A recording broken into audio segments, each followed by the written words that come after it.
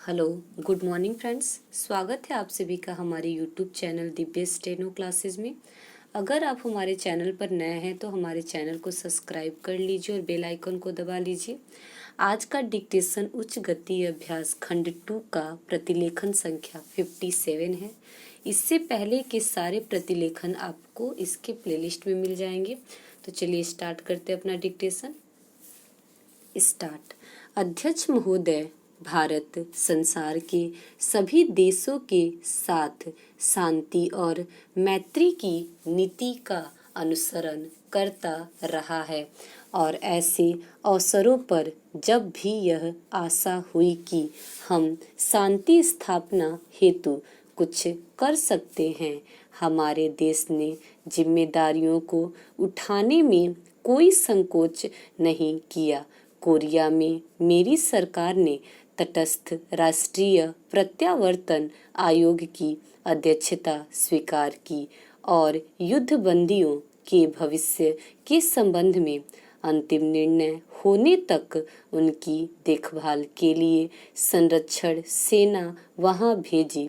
दुर्भाग्यवश विराम संधि समझौते में सुझाई गई पद्धति के अनुसार कार्यवाही नहीं की जा सकी, जिसके कारण एक कठिन स्थिति पैदा हो गई।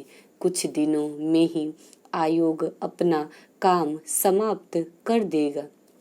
संरक्षण सेना अब धीरे धीरे भारत वापस आ रही है। कोरिया में प्रमुख विवादाग्रस्त प्रश्नों का अभी तक निपटारा नहीं हुआ है।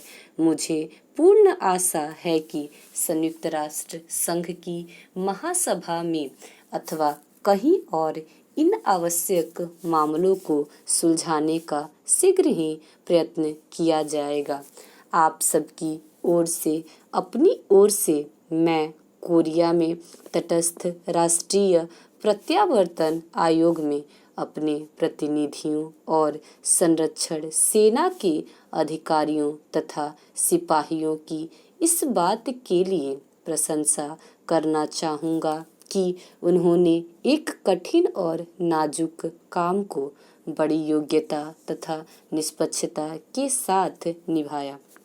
विदेशों से भारत के संबंध में मैत्रीपूर्ण बने रहे हैं। यद्यपि कभी कभी गलत फहमियाँ पैदा हो जाती है।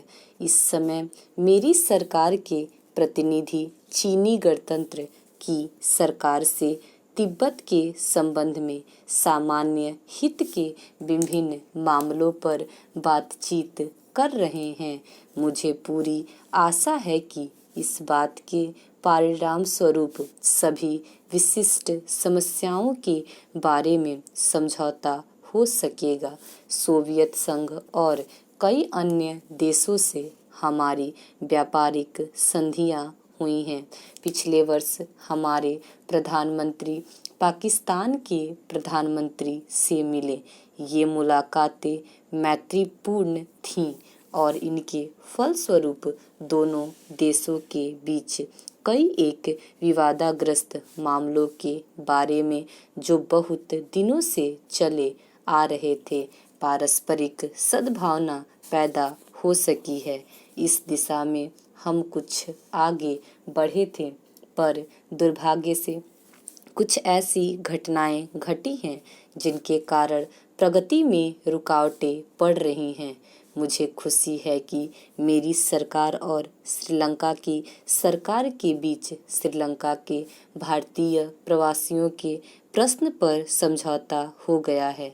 इस समझौता द्वारा उक्त समस्या का अंतिम रूप से निपटारा नहीं होता, परंतु उस दिशा में यह पहला कदम है और समस्या के हल के लिए गंभीर प्रयास है। इसलिए मैं इसका स्वागत करता हूँ। अपने पड़ोसी राष्ट्रों श्रीलंका तथा बर्मा से, जिनके साथ हमारी भौगोलिक स्थिति ही नहीं बल्कि चिरकाल से सांस्कृतिक संबंध भी रहे हैं और मैत्रीपूर्ण संबंध को उन्नत करने का मेरी सरकार सतत प्रयत्न करती रही है। पश्चिमी एशिया के देशों और मिस्र के साथ हमारे संबंध मैत्रीपूर्ण और पारस्परिक सहयोग के रहे हैं। सूडान के निर्वाचन आयोग के अध्यक्ष के रूप में हमारे मुख्य निर्वाचन आयुक्त की सेवाओं की प्रशंसा की गई है और चुनाव व्यवस्थित ढंग से संपन्न हो गए हैं।